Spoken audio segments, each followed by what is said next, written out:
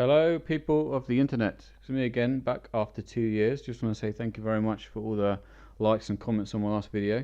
I'll put another one together for you, so I hope you find it interesting. So I wanted to talk to you about this, the oil injector.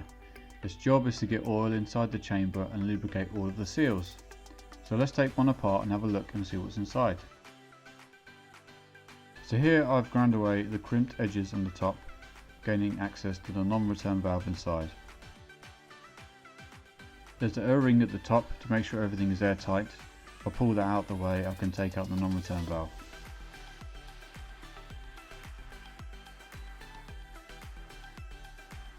I wanted to show you this so you can see how much oil and carbon has gotten back up inside the injector and might stop it from seating properly on the non-return valve.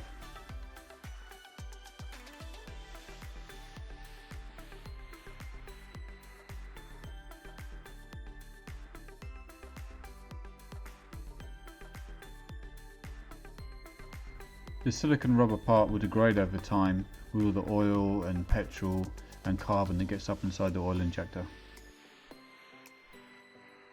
So here's an oil injector. I've ground the side away so you can have a look on the inside. The air travels down the centre after it goes through the valve. The oil travels from the oil metering pump into two little holes on the side of the oil injector and then travels down the side of the air pipe. They meet down at the bottom, and as the rotor goes round, it draws air into the chamber and sucks the oil out the bottom. So let's see what that looks like on an actual engine.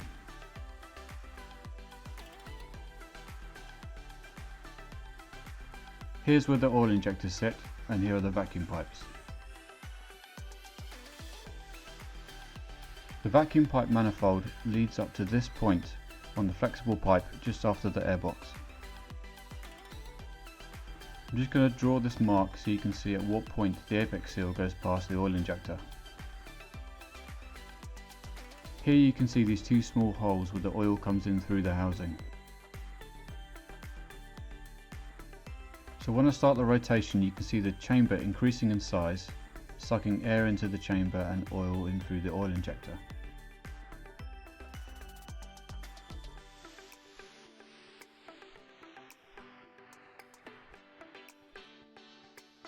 Now you can see the chamber starting to decrease in size. The air intake is blocked off, but the oil injector is still open. What I'm trying to demonstrate here is that unless the oil injector is working properly, the compression of the engine will blow oil back up through the oil injector into the intake of the engine.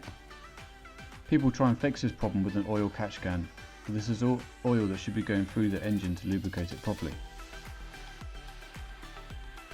Even a healthy engine with no blow-by will sometimes get oil in the intake, and I think this is where it's coming from.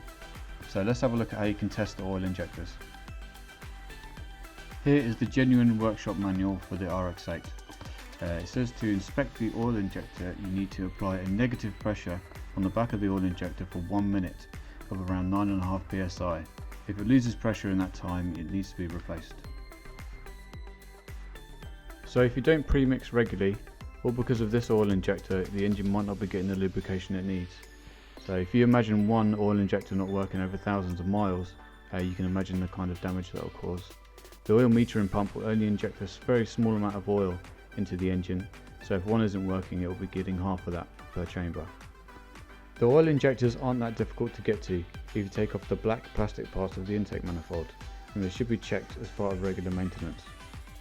To replace them, they're quite expensive, about $80 each, so I'd have a look online at getting a used set and put them through a sonic cleaner to make sure they're working properly. So that's it, I hope you liked it. The next video is going to be on the thermal pellet and what it actually does and if you need one, so I'll see you soon.